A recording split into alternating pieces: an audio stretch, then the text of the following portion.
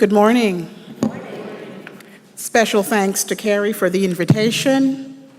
And as we say in the islands, maximum respect to my friends and colleagues who have gathered here. Special thanks to my friends in Ed and my friends in the Creed for your constant support. When Carrie approached me about speaking at this most meaning-making event, I was humbled and wondered what story would I tell? What narrative, theme, or experience would I share that might promote critical self-reflection, transformation, and most of all, hope? This brings me to the theme of this year's Numen Lumen, What Now? Reflections on change and resilience. And after reflecting on this theme, my contribution to What Now? Reflections on change and resilience was reflected in the chorus of the gospel song so beautifully rendered by Lena, which is To Stand. I have no doubt that powerful stories of change and resilience have been shared in the sacred space so far this year. And today, it is my turn to lend my voice and let it be recorded that on this day, at this Numen Lumen, Cherrel Miller Dyce asked those in attendance to stand in the face of change, and that standing is an act of resilience. You see, my anchor is my faith, not my degrees. My faith informs the work I do in education, and by extension, my research, teaching, and service. So in full transparency and humility, I am leaning on the it factor that has allowed me to navigate change and promote resilience. That is my faith. The words that I will utter today represent the orchestra of my life, where faith is the conductor and my family and community experiences, as well as my education, are the instruments I will use to deconstruct this year's theme, What Now? Reflections on change and resilience. The song says, when you've done all you can, just stand. The beautiful words beckon us to a place of advocacy and action. In this body and in this humanity that we occupy, the song is a reminder that we need to take a position or a stance. As faith is my anchor, this song was not chosen by happenstance. The song is an ode to sacred scripture from the book of Ephesians, verse 6, which states, and having done all, stand. Beloved, I'm suggesting you stand, not physically, although sometimes this is necessary if you're able. I'm asking that you stand with a purpose. Standing is an act of recognizing your positionality in the world. Standing allows us to examine who we are, our relationships with others, and our role and proximity in maintaining systems of oppression. You see, my stance is related to my purpose, both professionally and personally. And the personal is surely political. I stand to shed light on the 3 Ps and 1 O, power, privilege, and prejudice, and oppression. For me, the answer to what now is for us to stand. There is a saying, not sure who wrote it, but it states, if you don't stand for something, you will fall for anything. All my life, I've watched members of my family stand. They stood in prosperous times and in tumultuous times, and as a result, modeled for me the power of change and resilience. For those of you who know me well, you know that when you see me, you see Adassa and Eileen, my grandmother and mother, 2 women who knew nothing about Patricia Hill Collins and her famous work on Black feminist thought, or about Alice Walker's womanism, but they surely stood for these values. I am standing because of them. I especially stand for my grandmother, who's no longer with us. My beloved grandmother, Miss Adassa, lovingly known as Miss Dassa, in our hillside community village in Jamaica, along with my grandfather, stood and said, "I'll help raise Cherrel," when my mother decided to leave her home and seek a better life in Canada. My father was ecstatic that his parents would step in and help him raise me, while my mother sacrificially rode the winds of change and prepared the way for me to join her in Canada years later.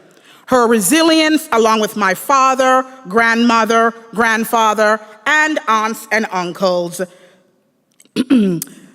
their ability to manage change created the pathway for me to now occupy this academic yet sacred space and proudly declare myself as a Jamaican Canadian, a term often used in the Canadian socio-political context, a proud Canadian citizen. My mother's ability to manage change was shown in her face when she greeted me at Lester B. Pearson Airport in Toronto, Canada, in my bright yellow outfit with the Jamaican national bird, the hummingbird, stitched along the helm. I still have that outfit. I could see the hope, pride, and utter resilience in her stance.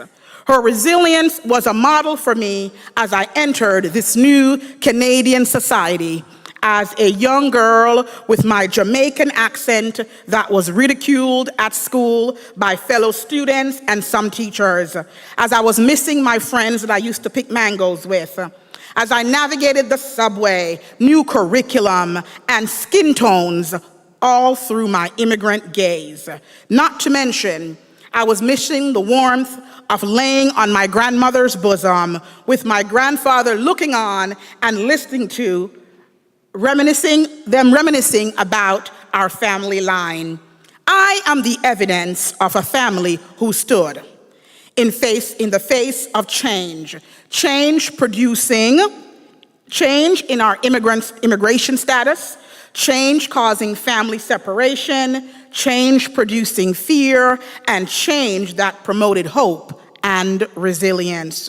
So the next time you ask me about my passion for issues of diversity and social justice, just know that it has been the orchestra of my life. Orchestra of my life. As I begin my work and purpose, these are the accumulated cultural capital of living, being, going through the education system, making meaning, and managing change in 3 countries, Jamaica, Canada, and the US. Standing is not just an act, a positionality, or conviction for adults. After the brutal killing of Black men across the country that raised the consciousness of some, my then 7-year-old son, Matthew, after watching the shooting of Philando Castile on TV one morning, looked at me with tears in his eyes and said, "Why did they have to shoot him, Mom?" He went to his room, and I thought that was the end of it. A few minutes later, Matthew came back to my bedroom with a piece of paper in his hand and my budding rapper, some would say Jay-Z, I would say maybe Biggie, Big Daddy Kane, or LL Cool J from my time. He came back with a piece of paper and had just written a rap about what happened to Philando. The rap was his call to action, his decision to stand. My 8-year-old wrote, and I'll do it like he did. When I'm walking down the street, Black Lives Matter. We don't care what you say, cause Black Lives Matter. We don't care what you think, cause Black Lives Matter. When I roll up in the club, my 8-year-old roll up in the club. When I roll up in the club, Black Lives Matter. We don't care what you say, cause you don't matter. His proclamation that Black Lives Matter was his way of making sense in a changing society and scary world, and his defiance that Black Lives Mattered is a gripping memorial to resilience. I wonder where he learned to stand like that. If an 8-year-old can stand, what about you? My family modeled change and resilience, but historically, standing as an act of defiance and resilience has been etched in the Jamaican DNA. If you think that sounds a bit sketchy, don't worry, I'm a researcher, I have the data. The institution of slavery was a way of life in my homeland until 1838 or a little longer. However, during the time of enslavement, some brave Africans stood and wreaked havoc and helped cripple the institution of slavery and became what we know in Jamaica as our 7 national heroes: Marcus Garvey, Paul Bogle, Sir Alexander Bustamante, George William Gordon, Samuel Sharp, Norman Washington Manley, and Nanny the Maroon. 7 men and 1 woman. It is this woman who is only known as Nanny who became my personal hero and a testament of what it means to stand. I grew up hearing about this Maroon, a name given to enslaved Ashanti Africans who escaped to the hills. Nanny was an Ashanti woman, actually an Ashanti queen by some accounts, and warrior. After being captured in Africa and brought to Jamaica, she escaped to the hills with her brothers and formed a mighty army who raided plantations, freed slaves, and had slave owners fearing this fierce female warrior. She's legendary in Jamaica for her stance against enslavement and how she helped form a free community in the eastern part of Jamaica, in the Blue Mountains, where Blue Mountains coffee is born, in the parish of Portland, where I was born. Nanny Town still exists in Jamaica today, and the Maroons are credited with creating the most famous way of seasoning meat called jerking. The next time you take a mouth-watering bite of jerk pork or chicken, know that Queen Nanny her sacrifice and resilience created that. I claim Queen Nanny, as she's called. Her willingness to fight for others, to create change, and her superhero resilience was a model of one who stood. She took a stand and now is recorded in the annals of Jamaican history as our only female national hero. My colleague and I wrote about her resilience and our admiration for her and how her actions helped us sustain in our PhD journey in an article published in 2016 called Nanny, Mama, Portia, and Us. Nanny, our hero; Mama, our mothers; Portia, Jamaica's first female prime minister. We wrote about them in that article. I admonished you to stand for something. MLK wrote, "The ultimate measure of a man is not where he stands in moments of comfort and convenience, but where he stands at times of challenge and controversy." Take a look around. We are in a time of great challenge and controversy. What now requires you to stand? It requires you to take a position, not just majoring in sidelining. We have many sideliners who believe a tweet or a like signifies their ultimate measure, as MLK stated. In this time of great change, turmoil, and chaos around the world, ask yourself, what issue am I standing for? Who am I standing with? What will my legacy of standing reflect? Will it be that you stood or that you faltered in moments of great challenge and controversy? In What Now? Reflections on Change and Resilience, what will you stand for? Will you stand for funding public schools? Will you stand with those facing deportation? Will you stand to denounce hatred and strife? Will you stand for those who are marginalized, disenfranchised, downtrodden, broken, and rejected?